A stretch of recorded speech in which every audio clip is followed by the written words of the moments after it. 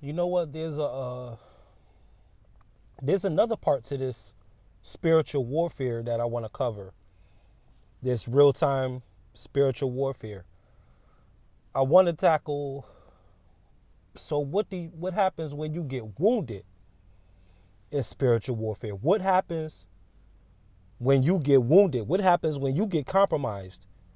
What happens when an argument does cause you to drop some profanities? What if an argument or a conflict, a confrontation does prompt you into raising your voice and quote unquote acting outside of your character? What then?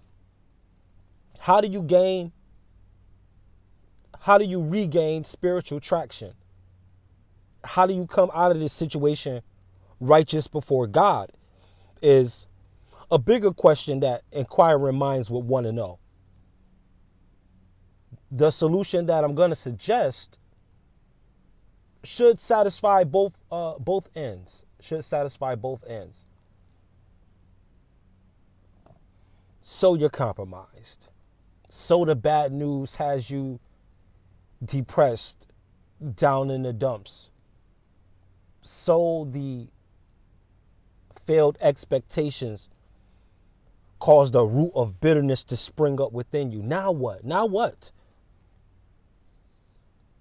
Because even though you feel like you're down and out, as you can look around and undoubtedly notice, the war is still not over.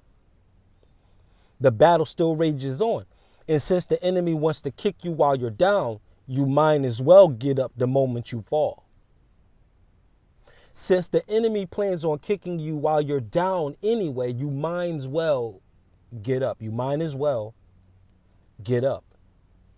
And so here's some ways how, because those are the main ways that we can be emotionally compromised in the negative, right?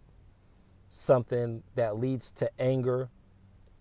This can fall under a broad plethora of categories. Your anger could be triggered to you wanting something that belongs to someone else. Your anger could be attributed to how you deal with personal offense. Your anger could be triggered with all kinds of things that trigger you. The same thing with fear, right? And those are really the main ones, to be anger and fear, because even greed, that's the fear of scarcity. So even if you say, I want it all, I want more than everybody else, that's still a fear that eventually your resources are going to deplete. So you plan to earn in a year more than what you could spend in a lifetime, but you still won't stop working 60 hours a week and wondering why more than a third of your 7 and 8 digit income is going to try and reverse the clock to regain your youth, something that can be maintained for free. See, you may get sleep, but that's not the same thing as getting rest. Falling unconscious is not the same thing as rest. Rest has everything to do with an ease of spirit, a comfort of demeanor, perpetually, dominantly. So when your vibration is pushed low through scenario, the first thing you want to do, and it's going to sound a little antithetical, but the first thing you want to do is feel it. Because you want to be a true empath who's honest. You want to honestly feel what you feel. You don't want to lie to yourself. Even when we talk about manifestations being you persisting in the opposite thought of what your surroundings are, we don't want you to skip the very first step, which is to acknowledge where you are.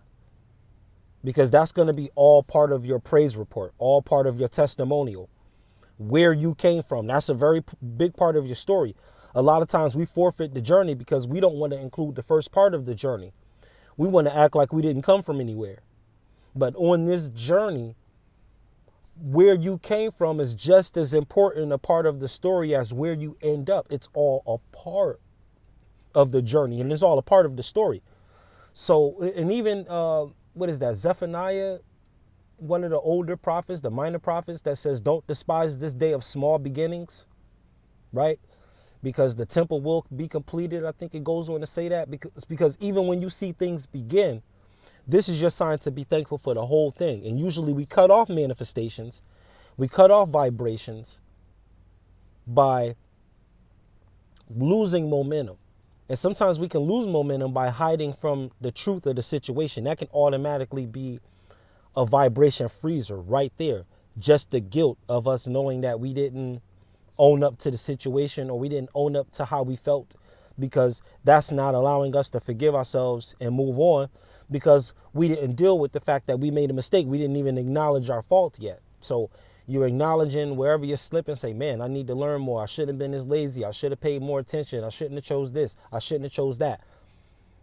Feel the weight of that decision first, and then feel the consequences of that.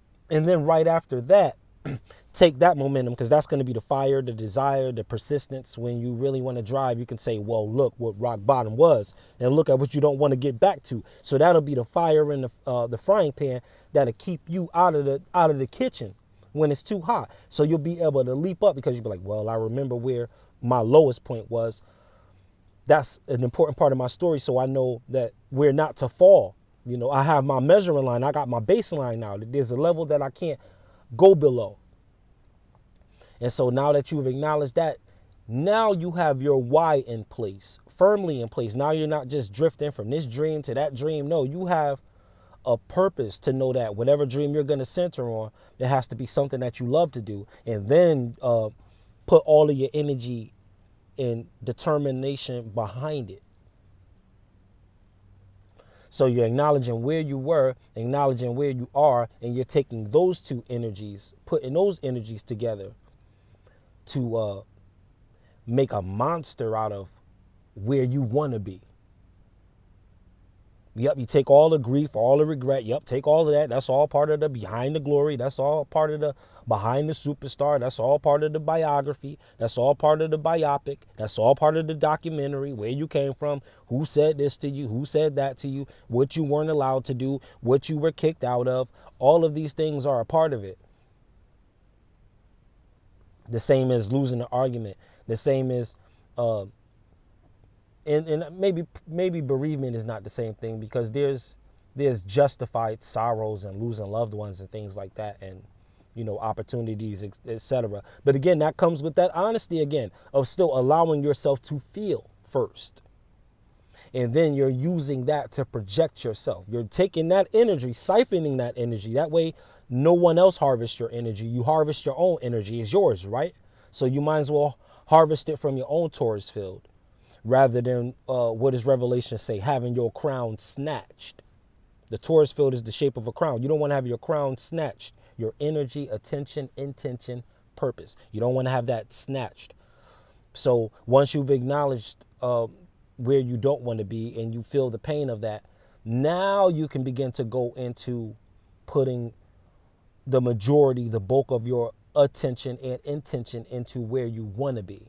So if it's in an argument, in a situation, typically you want it to be peaceful, right? So you're going to be the one who makes the peace, because you see that that's the quickest way to the solution from your end. Like it gets hot and heavy, and then you stop and say, what? You know what? You're right. I shouldn't have raised my voice. I shouldn't have swore at you. You know what? You're right. I'm sorry. I'm walking away. Right? Because it's not so much about looking like the bigger man as it is making sure that as men, you both walk out unscathed. That should be the overall aim if you're thinking on a master level. So we're not going to really include grief in that example. Sorrow in terms of depression, where there's a lethargy, where you feel like you can't get a sense of your life back. In that instance, yeah, you're going to want to push into first imagining where you want to be constantly, not in the spiritual space of, man, I'm not there, but no, in it, like imagining, wow, this feels good. Just the thought of me having $1 million feels good. You have to be in that just the thought of you having it type of thought, not it would be nice if I had, because now you're again very quickly acknowledging the lack of it. And the perpetuity behind this is going to be the momentum that speeds up the manifestation of what you want. So in layman's terms, stick with it. to get it. And if you fall below, acknowledge where you are as a person who is acknowledging your surroundings and giving the reality around you the proper respect. And then right from within, begin to change the environment to what you would like it to be, starting with you and being contagious.